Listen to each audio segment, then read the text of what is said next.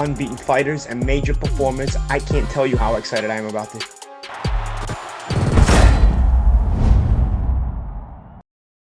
James Helder, iFL TV, MTK Global. With me, I've got the WBC Diamond Champion, Callum Smith. We're here in Liverpool. Just had the weigh-in for Amir Khan versus Phil Greco. First, how are you keeping, Cal? Yeah, good. All good. Good. Can you tell us what is going on with your sort of World Boxing Super Series with George Groves? Is there anything you can shed on the situation? Not really, to be honest with you. Not a lot. Obviously, the final was scheduled for 2nd of June. I think, it's no secret. I don't think George Groves is going to be ready for the 2nd of June, and he put a tweet out the other day asking for a month extension. Said his shoulder's healing well and he'll be ready for the 7th of July. And I haven't really heard much since. 2nd of June's not that far away, so I highly doubt it'll happen then. But I haven't had any confirmation of a new date. So it's one of them. I believe the fight will happen. I don't believe it'll happen 2nd of June. I think it'll be a little bit later, but what date, I'm not too sure. But no, I'm in the gym, I'm training, I'm keeping fit and keeping well, and the minute I get the confirmed date, then I can fully focus. But it's a world title fight. It's a fight I've wanted for a long time, and it's a lot easier to go to the gym and train when you're training for a world title. So no, I'm in a good place. And from your point of view, has there been any contact with other fighters mentioned as potentially stepping in for George Groves? Like I said, no, I haven't really heard nothing. I don't know where my management team might have been talking, but I went on holiday after my last fight. Just kind of switched off a little bit from boxing, and I'm back in the gym. And I've made no secret that I'd rather wait a little bit and fight George Groves than after fight a stand in the final. I boxed one in the semi-finals, and I weren't too happy about that. And it'd be the same for the final. The tournament's been great, but the main aim of winning the tournament was to become a world champion, and if I don't get to beat George Groves and do that, then it'll leave me a little bit disappointed. So George Groves, the fighter I want to fight, it's his belt that I want, and whether it's July or September, I'll wait as long as I have to, as long as I get that fight. I'd like to ask you a little bit about the situation regarding CANELO. It's well documented that your brother lost his WBO world title to CANELO, so no doubt you'll have your thoughts on it. Can I ask you what you made of the whole sort of 6-month suspension thing? It's a shame really, because he's a very, very good fighter, and it's cheating in my opinion. I believe he's good enough technically. It's not like a running race where it makes it a little bit quicker. You still need skills to win fights, whether you're on drugs or not. But it's just took a little bit of shine away from. He may have only been taking it for this fight.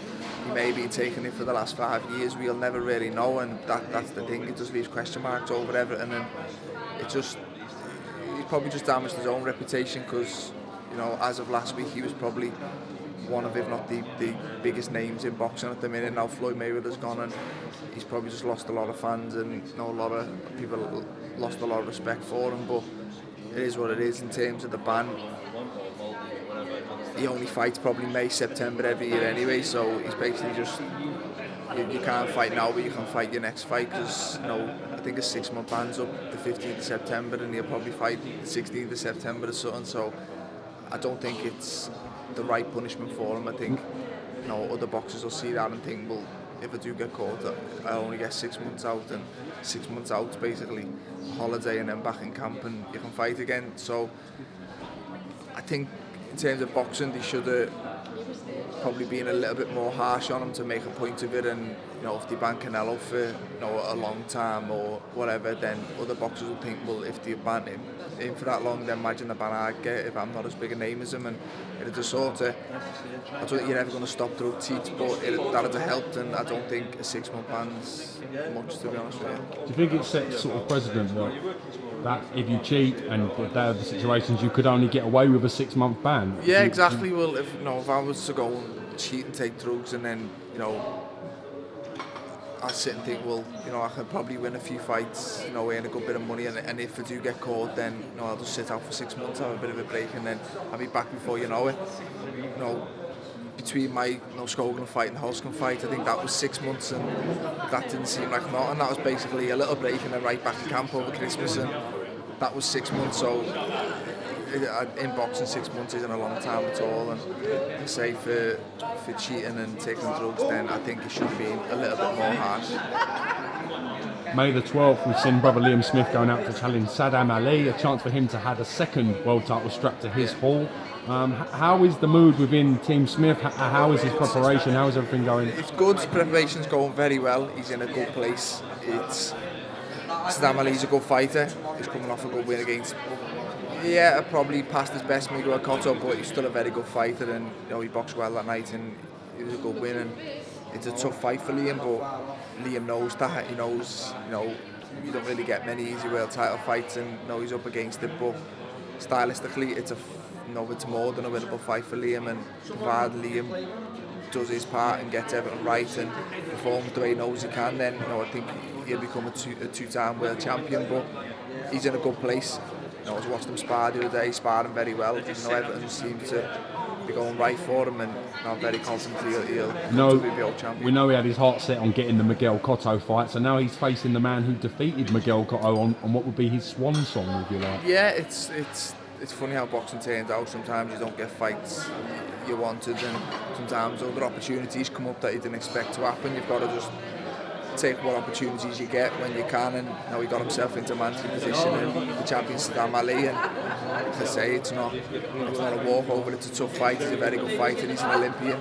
He's only got the one loss to Jesse Vargas, and he's another good fighter. So it really is a world level fight, and Liam looking forward to it. And I think that's shown in his preparations for it. He's done everything right. He's training well. He's training smart, and he's in a good place. So when can you expect, or do you know when we'll hear some imminent news regarding what's going to go on? It could be in half an hour, it could be in a week, it could be in 2 weeks. I have no idea. I've been telling anyone who'd asked me I should have a date this week, and I feel like I've been saying it for the past 5 weeks or so. I'm in the same position as everyone else, but I know the fight will happen, and I know roughly it'll be probably June, maybe early July. So I can't just sit on the couch and then get it sprung on me. I've got to train and be in good shape, and that's exactly what I'm doing. I'm in the gym, and it's good. It's a good place to be at the minute. Paul Butler's fighting for a world title in 2 weeks. My brother Liam's fighting for a world title in 3 weeks. Tasha Jones is in the gym. Andy Crawler's back in the gym. The gym's busy. It's buzzing, and it's a good place to be. And I say I'm training for a world title fight, and it makes that going to the gym a little bit easier and a bit more enjoyable. So I'm enjoying boxing, and I'm happy. Quick word on Amir Khan. How do you see him getting on with Phil LaGreco Saturday? To be honest with you, I was talking yesterday, I haven't seen a lot of LaGreco. I hear he's a decent fighter, and can't been out the ring for a couple of years, and the last time he was in the ring it was a bad loss. So it'd be interesting to see what's left for Amir. But I do believe, as much as I haven't seen LaGreco, he's probably being picked for a reason, and it's for Amir to come back, get a win, and just put himself back in the picture and get back in the mix. He's a very good fighter. He's a two-weight world champion, and there's massive fights out there for him, and I don't think he'd put him in with a real dangerous opponent. First fight back over 2 years, which you wouldn't expect. I wouldn't expect any fighter to go in with a top fighter after 2 years, and I just think stylistically it should be a good fight for Amir. I think he'll win, and again that opens a lot of doors for him. He's still, I think you've seen with ticket sales for tomorrow night, he still is a big draw in boxing. Last word, anything you want to say before we vamoose? Anything you want to add? No, not really. Just keep listening, keep waiting, and hopefully I should have a date pretty soon, and maybe George Groves should be a good fight, and I'm really looking forward to it. Callum Smith, thank you very much for coming to IFL TV. Great to get you on the channel, champ, and I will catch you soon. Thank you. Nice one, James. Thank you. 3 rounds, 3 minutes, 3 fights. Unbeaten fighters and major performers. I can't tell you how excited I am about this.